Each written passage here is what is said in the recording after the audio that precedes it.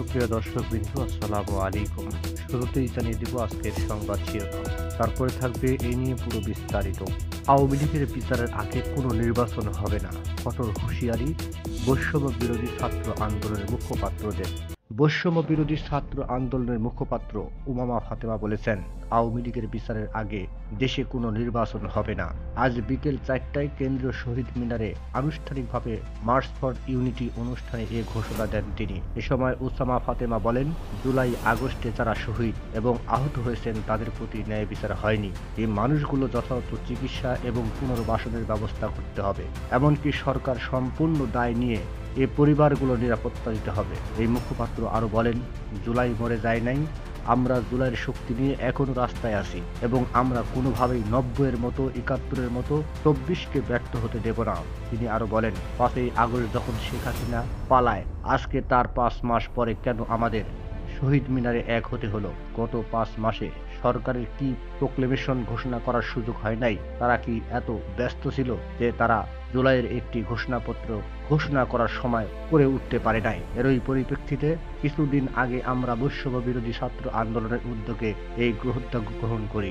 এই জুলাইয়ের যে যোদ্ধারা জীবন দিয়ে রাস্তায় যুদ্ধ করেছিল, লড়াই করেছিল, তাদের একটি সেফটি দিতে হবে। এটা আমাদের ঐতিহাসিক দায়। গতকালকে প্রেস সচিব যখন জুলাই প্রক্রিয়েশন ঘোষণা দেওয়ার কথা জানিয়েছিল, আমরা সেটাকে সাধুবাদ জানিয়েছি। এই প্রোক্লেমেশন নিয়ে আমরা কালক্ষেপণ চাই না। কেন্দ্রীয় শহীদ মিনারে বৈষম্য বিরোধী ছাত্র আন্দোলন ঘোষিত মার্চ ফর ইউনিটি কর্মসূচি, তাতে যোগ দিয়েছে সারা দেশ থেকে আসা শিক্ষার্থী, বিভিন্ন শ্রেণী পেশার মানুষ। সমাবেশকে কেন্দ্র করে মিছিল নিয়ে শহীদ মিনারে জড়ো হতে থাকে বৈষম্য বিরোধী ছাত্র আন্দোলনের নেতাকর্মীরা। ছোট ছোট মিছিল নিয়ে শহীদ মিনারে জড়ো হয় ঢাকা ও ঢাকার বাইরে থেকে আসা ছাত্র জনতা। দুপুর থেকে শুরু করে সময় যতই গড়িয়ে যায় ততই মানুষ বাড়তে থাকে। এক পর্যায়ে জনসমুদ্রে পরিণত হয় পুরো এলাকা। এ সময় মিছিলে অংশগ্রহণকারীদের বেশিরভাগই বিভিন্ন জেলা থেকে আসা। শিক্ষার্থীদের হাতে শোভা পাচ্ছে নানা ধরনের ব্যানার, ফেস্টুন আর পতাকা।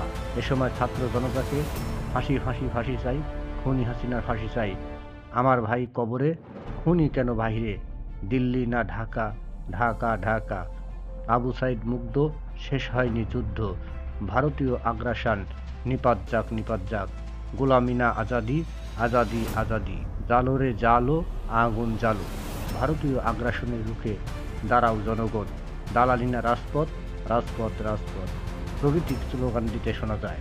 শিক্ষার্থীরা জানান, 1971 সালের পর থেকে যে ক্ষমতা এসেছে তাদের মতো করে সংবিধান পরিবর্তন করেছে। যেই সংবিধান শুধু ফ্যাসিজম শেখায়, সেই সংবিধান তারা আর চায় না। এই সংবিধানকে কবর দিয়ে ছাত্র জনতার মতামত নিয়ে একটি সুন্দর বাংলাদেশ গড়ার জন্য যে সংবিধান দরকার সেটি চান তারা। সেই সংবিধানের জনতাই হবে সকল ক্ষমতার উৎস।